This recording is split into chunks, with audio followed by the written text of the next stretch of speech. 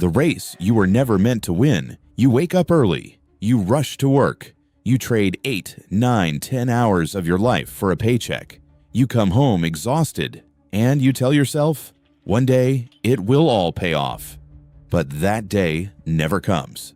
Welcome to the rat race. You are taught that security is success, that a steady salary is freedom, that debt is normal, that retirement is the finish line. But here's the uncomfortable truth. Most people spend their entire lives working for money, while a small group of people make money work for them. School trained you to be employable, to follow instructions, to pass exams, to meet deadlines, but no one taught you how to read a financial statement. No one explained assets versus liabilities. No one showed you how taxes really work. No one taught you how wealth is actually built. Why? Because the system needs workers. It doesn't need financially independent thinkers. Look around you. How many people live paycheck to paycheck? How many are buried in debt? How many secretly hate their jobs? Now ask yourself something deeper. Why are you here? You're here because something feels off, because you sense there's another game being played, because you see that some people move faster, higher, further, and they seem to follow different rules. Billionaires are not playing the same game as everyone else. While most people chase bigger salaries, they chase assets. While most people buy liabilities, they buy cash flow. While most people fear risk, they learn to understand and control it. And no, it's not just luck. It's not just talent. It's not just privilege. There are patterns. There are principles. There is a mindset shift. Look at Warren Buffett. He started by selling chewing gum as a child. Today, he's a symbol of long-term investing discipline. Look at Elon Musk. He reinvested almost everything he had, came dangerously close to bankruptcy, more than once. Look at Jeff Bezos. He walked away from a stable Wall Street career to start an online bookstore from a garage. What they know is not advertised on billboards. It's not taught in traditional classrooms. It doesn't come with a diploma. The wealthy play a different game, a long game, a strategic game, a patient game. And today, we're breaking down 5 secrets the system doesn't advertise. Not motivational cliches, not fantasy, but principles that fundamentally change how you see money. If you stay until the end, you'll understand why secret number 5 changes everything. It's the line between those who stay trapped in the race forever and those who quietly step out of it. Let's begin. Assets versus liabilities. The line that changes everything. Here's the first secret. The wealthy don't work for money. They buy assets.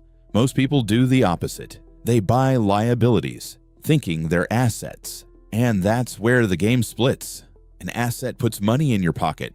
A liability takes money out. Simple, but almost no one lives by it. You buy a new car. It feels like success, but every month it drains you. Insurance, fuel, repairs, depreciation. That's a liability. You upgrade your house. Bigger mortgage, bigger bills, bigger pressure. Again, liability. The middle class focuses on income. The wealthy focus on ownership.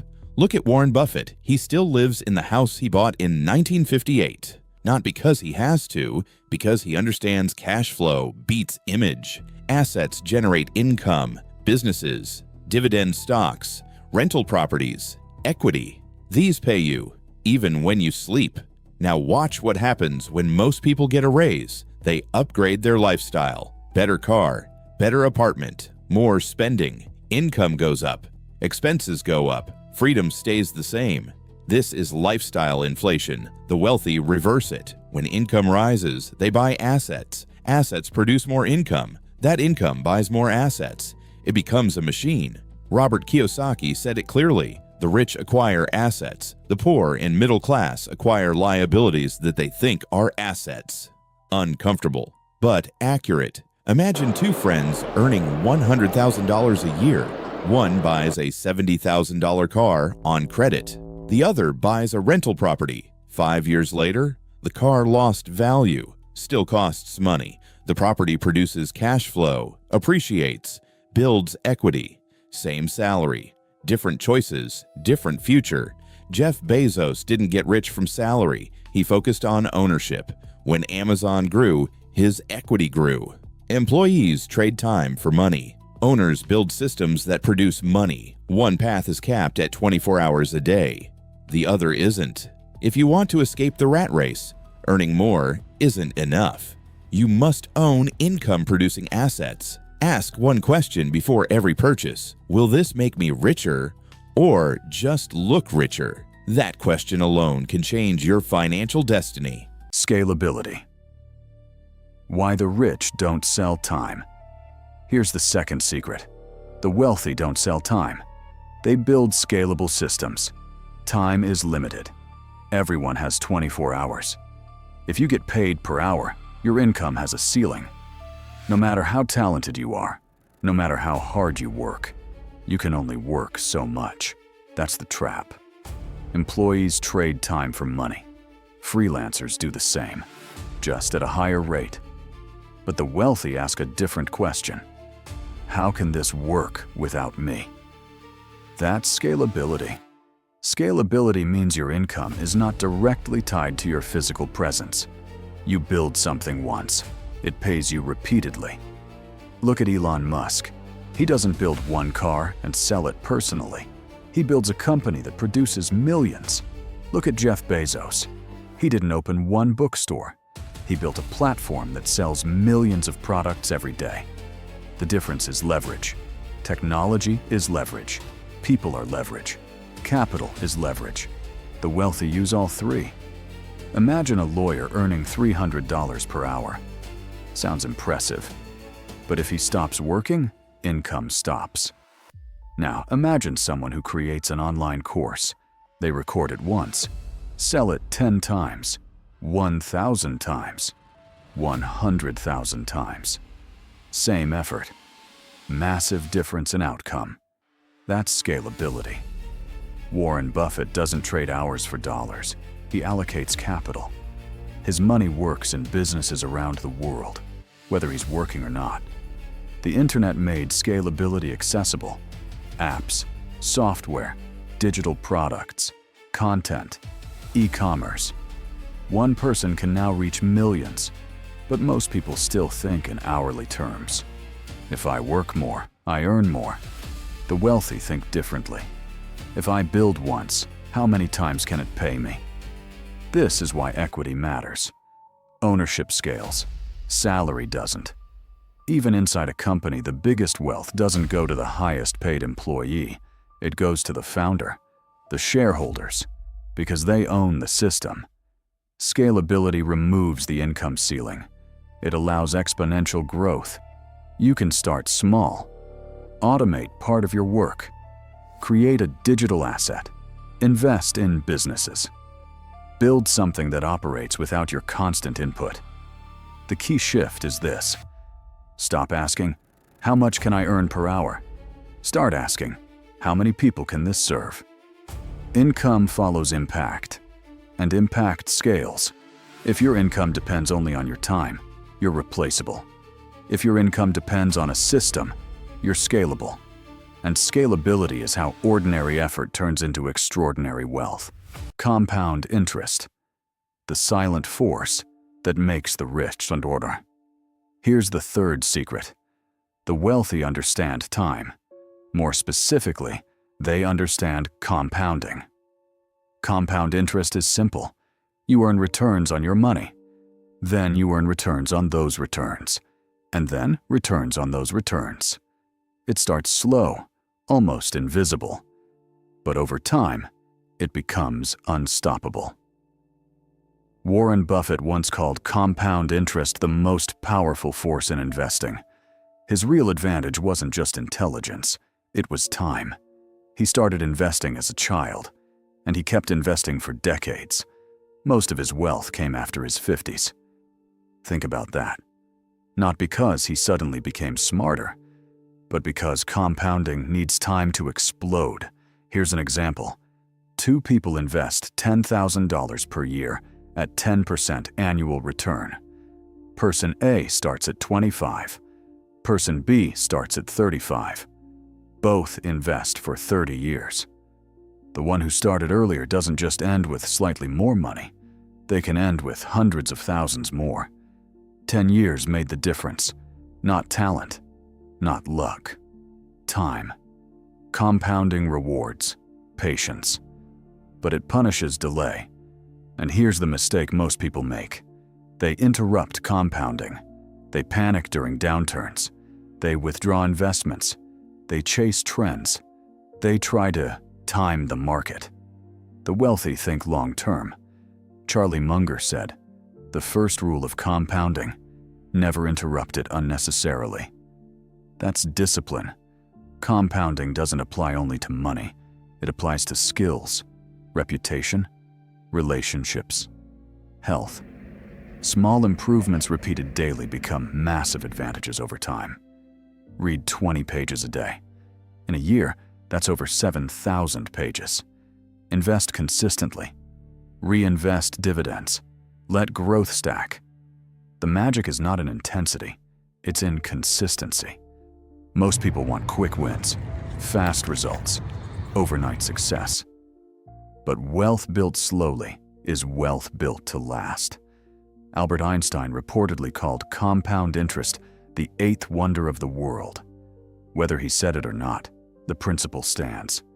Compounding is quiet. It doesn't look impressive at first, but given enough time, it becomes overwhelming. The rich don't rely on effort alone. They rely on time multiplied by discipline. Start early, stay consistent, reinvest. Because in the game of wealth, time is not just money. Time is leverage. And once compounding is on your side, it becomes very hard to lose. A network. Why who you know multiplies. What you know. Here's the fourth secret. Wealth is rarely built alone. The rich understand one powerful truth. Your network determines your net worth. Opportunities don't appear randomly. They move through people. Information moves through people. Capital moves through people. And access is everything. Look at Elon Musk. Before Tesla and SpaceX became giants, they were risky ideas. But Musk had access to top engineers, early investors, and high-level operators. That wasn't luck. That was proximity. Look at Bill Gates. He had early access to computers at a time when almost no one did. He was surrounded by ambitious, technically skilled peers. Environment matters. Most people underestimate this. They focus only on skills. But skills grow faster in the right room. If everyone around you earns an average income, thinks average thoughts, and avoids risk, that becomes your baseline. Standards are contagious. So is ambition. Jim Rohn said, "You are the average of the 5 people you spend the most time with." It's not motivational fluff, it's social psychology. You adopt the beliefs, habits, and risk tolerance of your circle. The wealthy are intentional about proximity. They attend mastermind groups, private investment circles, industry events, high-level conferences. Not for motivation, for access. One introduction can change your life. One partnership can 10 times your growth. One mentor can save you years of mistakes. Think about venture capital. Startups with strong networks raise money faster, get better advice, hire better talent. Network creates leverage. It shortens the learning curve. It reduces costly errors. It opens doors you didn't even know existed. But here's the key. Networking is not collecting business cards. It's building real value. The wealthy ask, how can I be useful in this room? Value attracts value. If you bring skills, insight, reliability, or capital, doors open. Even digitally, this principle applies. Communities, online networks, collaborations. Proximity is no longer limited by geography. You can upgrade your circle intentionally. Read what successful people read. Listen to what they listen to. Join rooms where you feel slightly uncomfortable. Growth lives there. Your environment either expands your vision or shrinks it. And the wealthy are extremely careful about who influences their thinking. Because ideas compound, and so do relationships. Now, there's one final secret. The the most important one. It determines whether you ever act on everything we just discussed. Let's talk about risk. Here's the final secret. And this one changes everything. Wealth is not just about strategy, it's about psychology. Most people don't fail because they lack information. They fail because they fear risk. They want certainty, guarantees, safety. But wealth does not live in comfort. It lives on the edge of uncertainty. The average person asks, "What if I lose?" The wealthy ask, "What if I don't try?" That shift alone separates lives. Look at Jeff Bezos. He left a high-paying job on Wall Street to start an online bookstore in the 1990s, when e-commerce was barely trusted. People thought it was reckless, but Bezos framed it differently. He called it a regret minimization framework. At 80 years old, he didn't want to regret not trying. That's psychological strength. Look at Elon Musk. He reinvested nearly all his PayPal money into Tesla and SpaceX. At one point, he was close to personal bankruptcy. Most people would have protected what they had left. He doubled down, not because he loved risk, but because he understood it. Here's the truth. The wealthy don't avoid risk. They calculate it. They study downside. They manage exposure. They diversify. They build buffers. But they act. The middle class often overestimates risk in investing and underestimates risk in staying the same. Working 40 years at a job you hate is also risk. Depending on one income source is risk. Relying on a pension system is risk. It just feels safe because it's familiar. Fear of loss is powerful. Behavioral psychology shows we feel losses more intensely than gains.